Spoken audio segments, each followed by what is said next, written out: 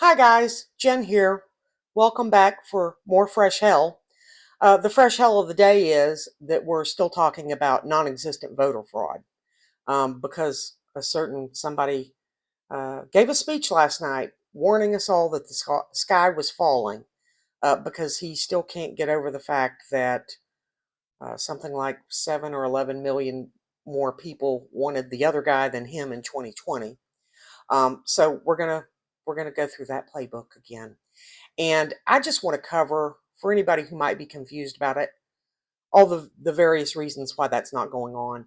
I mean, you would think that anybody who votes would understand why a lot of the things that he's claiming are not possible. We could go back to the stuff about voter ID. There's a lot of different things. But let's start with the fact that nobody in this country can vote without being registered to vote. And you have to be registered and vote within the jurisdiction where you live and where you register. Um, there are ways that they can determine whether you're a citizen or not, first of all. So if you want to vote and you go down to register, in a lot of places, and it varies from state to state, but in a lot of places, what you're going to show them is your driver's license. And there are states where non-citizens can get driver's licenses. I think probably quite a few of them. But the driver's license is going to note on it that the person who has that license is a non-citizen. So you're not going to be able to register to vote with that. There are some states where you can do same day voter registration at the polling place. And I don't know, maybe they're not set up at those places to vet people as closely. I don't know if you register at a polling place, if maybe they hold your ballot as a provisional ballot until they can verify that you're a citizen who's eligible to register. I'm not sure how that works, but that would be the only place where you would be able to get past the registration stage, maybe fairly easily. And I'm not sure if you could do it even then. In all of the states, they do have procedures that the county clerks go through to vet people who have registered to verify that they are citizens. Um, it's either they're going to maybe be checking with state agencies, like for birth certificates, that kind of thing, Social Security Administration, because they know whether you're a citizen or not. In some states, they have some kind of a compact with the federal government, and the federal government goes through and helps them weed through and detect if anybody who's registered is a non-citizen.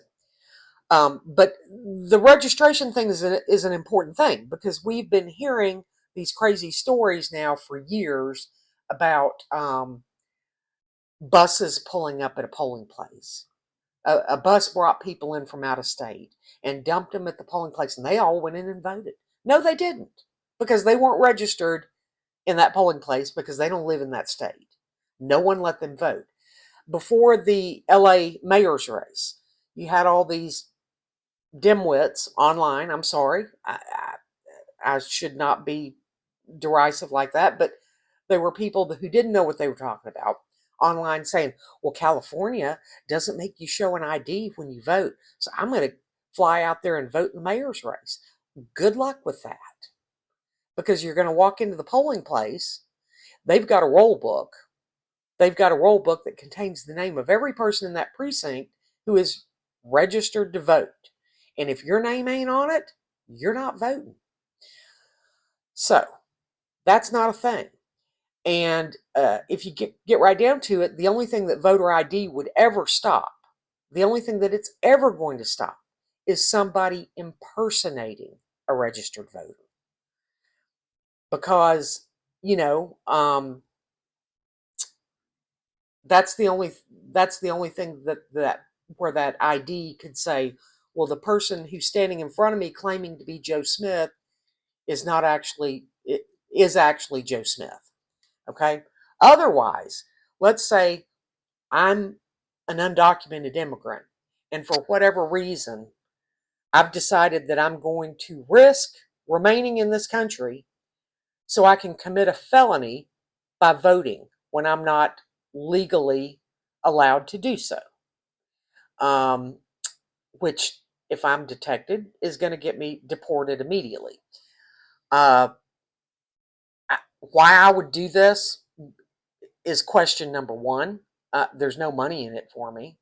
My one vote is not going to change the outcome of the election. But let's say that I decide to do that. Here's what I've got to do in order to walk into a polling place and cast a vote using somebody else's identity under their name. Okay? I have to first go to the voter rolls.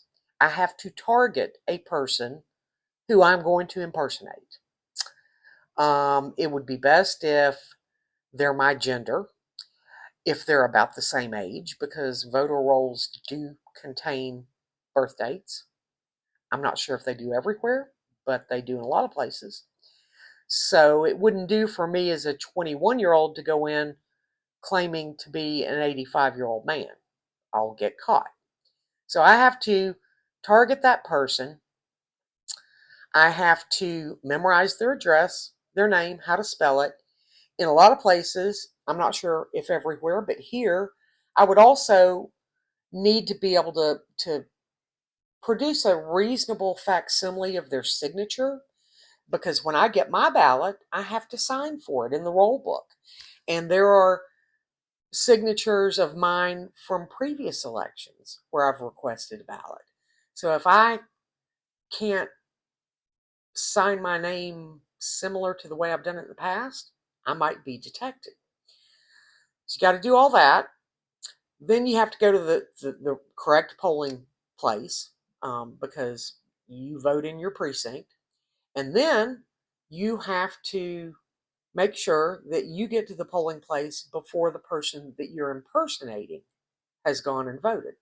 Because if you don't, if you go in and say, I'm Joe Smith, I live at 123 Main Street, I'd like my ballot, and whoever's working there looks down and says, Joe Smith of 123 Main Street, you already voted.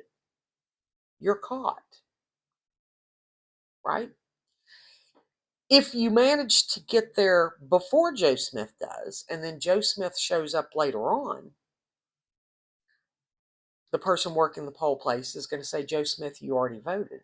And Joe Smith is going to say, no, I didn't.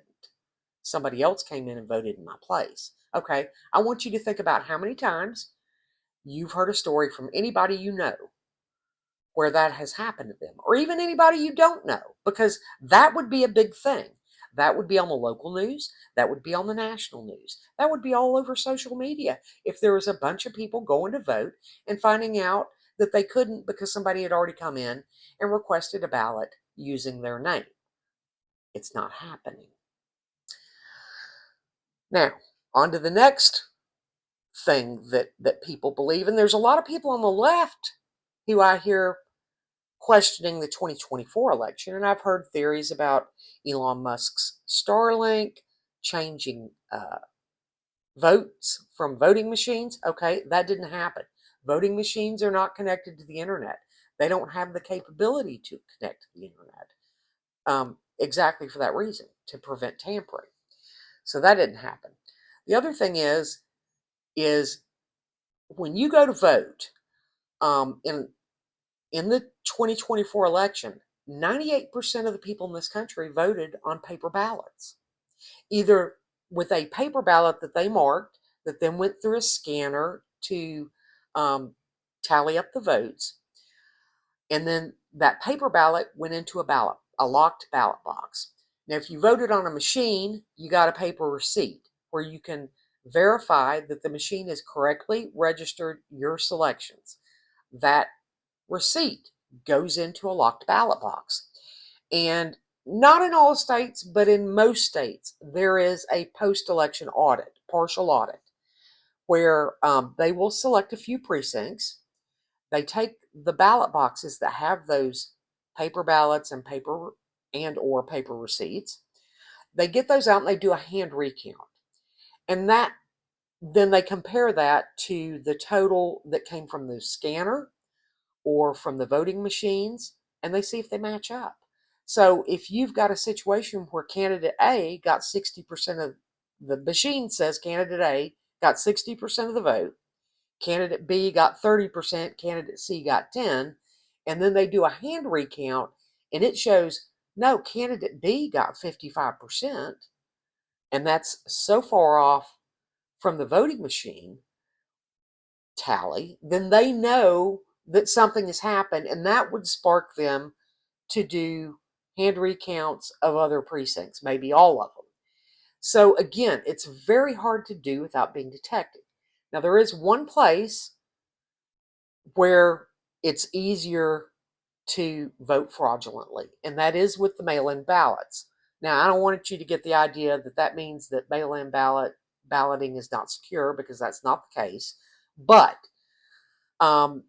there is a thing called ballot harvesting, where somebody working for a campaign or a candidate can go around and collect unmarked ballots that have been requested by people who are legally registered to vote, eligible to vote, and they get these ballots and they're not marked yet, and they fill them in to boost their vote totals, and then they all get sent in and counted, but it's not the voter themselves who marked the ballot.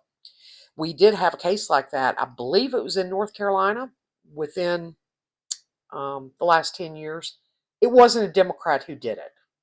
They ended up having to rerun the election. But it was not a Democratic candidate who did that. Then the other thing that you can have happen is, and it's again not a big thing that goes on. We hear all this ranting about dead people voting. Voting rolls are purged on a regular basis to remove the names and the registrations of people who have died. However, it takes a while for that information to get to the right state agency or whatever for the county clerk to compare the rolls to. So if somebody has died, say within a month of the election, their name is probably still going to be on the voter rolls, because there are, for one thing, there's laws about how close to an election you can purge the rolls. But for another, they're probably not going to have received that information at whatever state agency or whatever compiles it for the county clerks to compare to within that time frame. So you're going to have a handful of people who have died and whose names are still on the rolls. And there have been cases where relatives of theirs have requested mail-in ballots for their recently deceased mother, father, some other family member, and then marked it out as if that person was still living and filled out the ballot and then sent it in. So it's a fraudulent vote. Again, the cases that we know of that have happened recently were not Democrats who did that. And it's was not enough people who did it, because you think about it. I mean, there's not going to be enough people who die and remain on the voting rolls in the whole country in that probably 6 weeks before the election that you would have enough to swing a vote. So that's what can happen. But it's not a big thing. There's not millions of people voting illegally. There never has been. With the kind of safeguards they have in place, there never will be. And so when you hear people ranting about this, you kind of suspect that maybe they've never voted, because if they have, they ought to know how that works, or at least to some. I mean, when you go in to vote at your polling place, you have to walk up to that table. You have to give them your name and address to get your ballot. In my state, you have to sign the roll book. I'm not sure how they do it everywhere, but probably in most places you have to sign to get that ballot, because that's another safeguard. So it's just not a thing that's going on, and don't let anybody tell you that it is. So I just wanted to dive into that, because that really is, to me, fresh hell that we continue to have to hear about it when it's just so Stupid. Stupid. Anybody who votes or knows anything about it should know better. So don't let anybody talk you into believing that. It's not a thing that's going on. So that's all I got for today. Uh, for my recommended follow, um, I wanted to give a shout out to there's a British woman who has a YouTube channel. Her name's Ann Russell. You may have seen her. She does a lot of shorts, um, and she's an expert on cleaning. I think that's maybe she's been a cleaner for a lot of years.